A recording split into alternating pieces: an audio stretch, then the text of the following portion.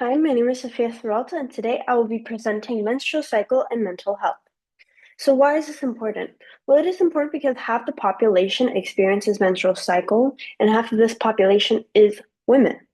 So women deal with this for the majority of their life since they were in puberty, which starts around they are 9 years old to around 13. And because of this, women experience it for a majority of their life up to menopause. So, why is this important to look at? Well, menstrual cycle, if it affects mental health, it is very important to see how it can, very important to see because it overall affects a woman's overall well being. So, my research question is: does the menstrual cycle affect a woman's mental health? My thesis statement is that the menstrual cycle does have an effect on mental health, and specifically, it is associated with hormone changes, which can cause emotional sensitivity and an impact on their sense of control. So, I wanted to touch on the two major hormones that will be discussed in this analysis before fully diving in so that you guys can have an understanding.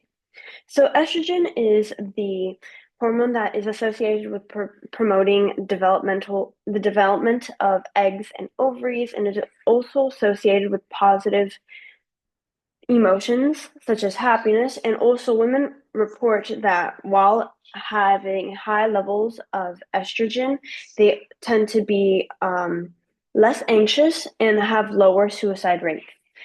On the same way, progesterone is a hormone associated with calmness. So when progesterone is high, women tend to report being less neurotic, being happier, and having more calm and less angry and stressed. So now let's talk about the cycles. So the first cycle I'm going to start with is the menstrual cycle. And so this is when progesterone and estrogen is the lowest. And this is where women tend to experience higher levels of irritability, neuroticism, depression, and emotional sensitivity. And this is a correlation to the hormones that are changing. Now, next is the follicular. The follicular is not as bad as the menstrual, but we do see that there is lower levels of estrogen during this time, which also lead to a higher increase in anxiety and suicide rates than there would be in what I'm going to talk about next, the ovulatory phase. The ovulatory phase is the peak of a woman's mental health. Women report to be the happiest during this time and the most emotionally stable. We also see that during this time, estrogen levels as well as progesterone is the highest. The luteal phase is the phase that leads before the menstrual phase. And during this time, it is not as intense as the menstrual phase, but we do see that there is a decrease in progesterone in comparison to the ovulatory phase. But in comparison to the menstrual phase, there is an increased amount of progesterone, which we see that in comparison to the menstrual phase, there's lower neuroticism, anger, and stress. However, it is not as ideal as it is during the ovulatory phase.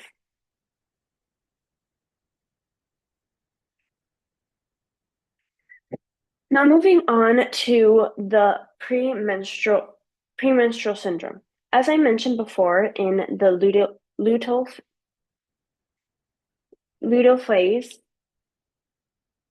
there is lower progesterone, but it is relatively higher. However, during this time, there's also a condition called the premenstrual syndrome, which usually tends to occur like 3 to 4 days before the menstrual phase.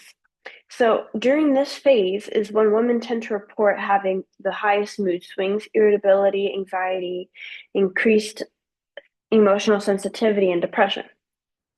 So because of all of these feelings and the changes in the hormones, there's also a sense of lack of control.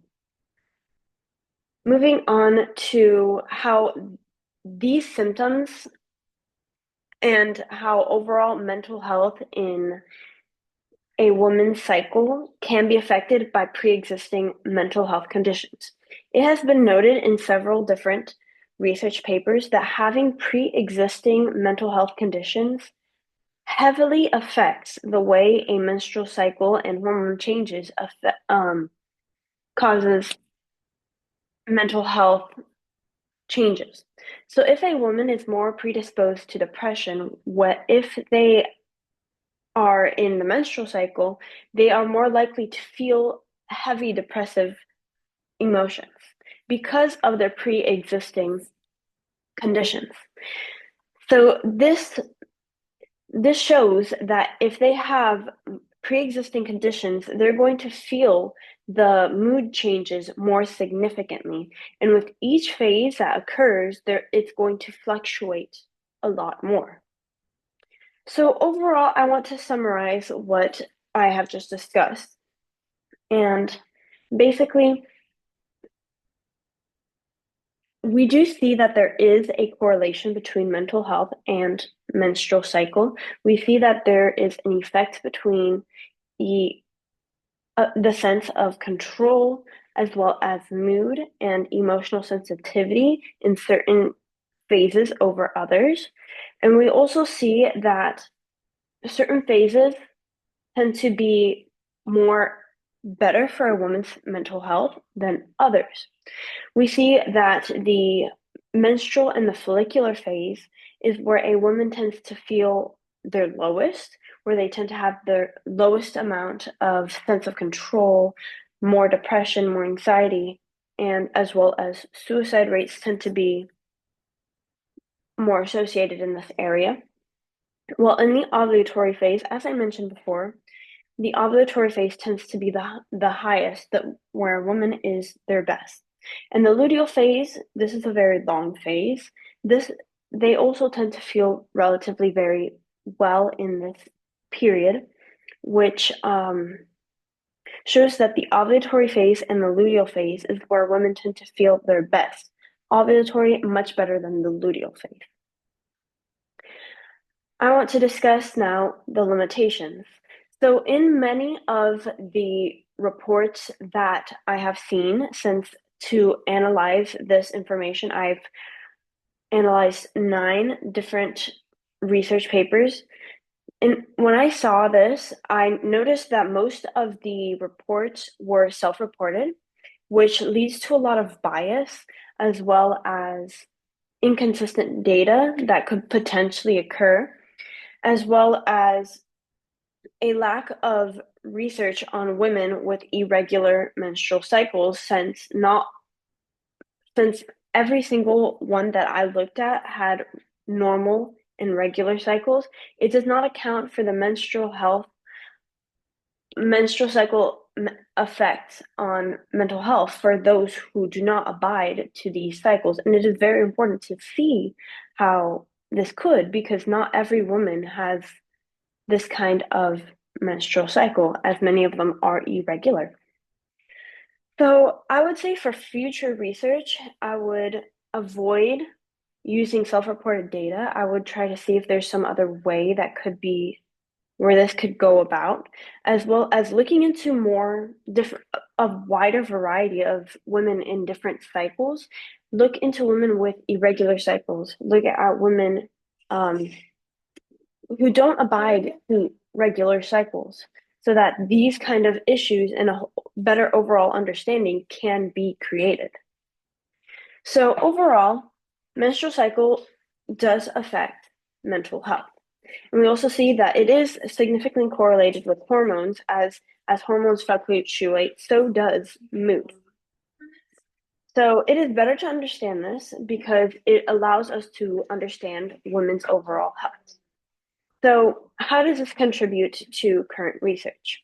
Well, this fills a gap in the understanding of how hormones affect mental health, as well as how menstrual cycle, which is often not very much studied, can affect a woman's overall well-being in the mental health aspect. And so I suggest that there's more research done this, especially for irregular periods and menstrual cycles, so that there's a better overall understanding. And what my analysis is just a feed in this discussion. Thank you. And these are my references. Not that.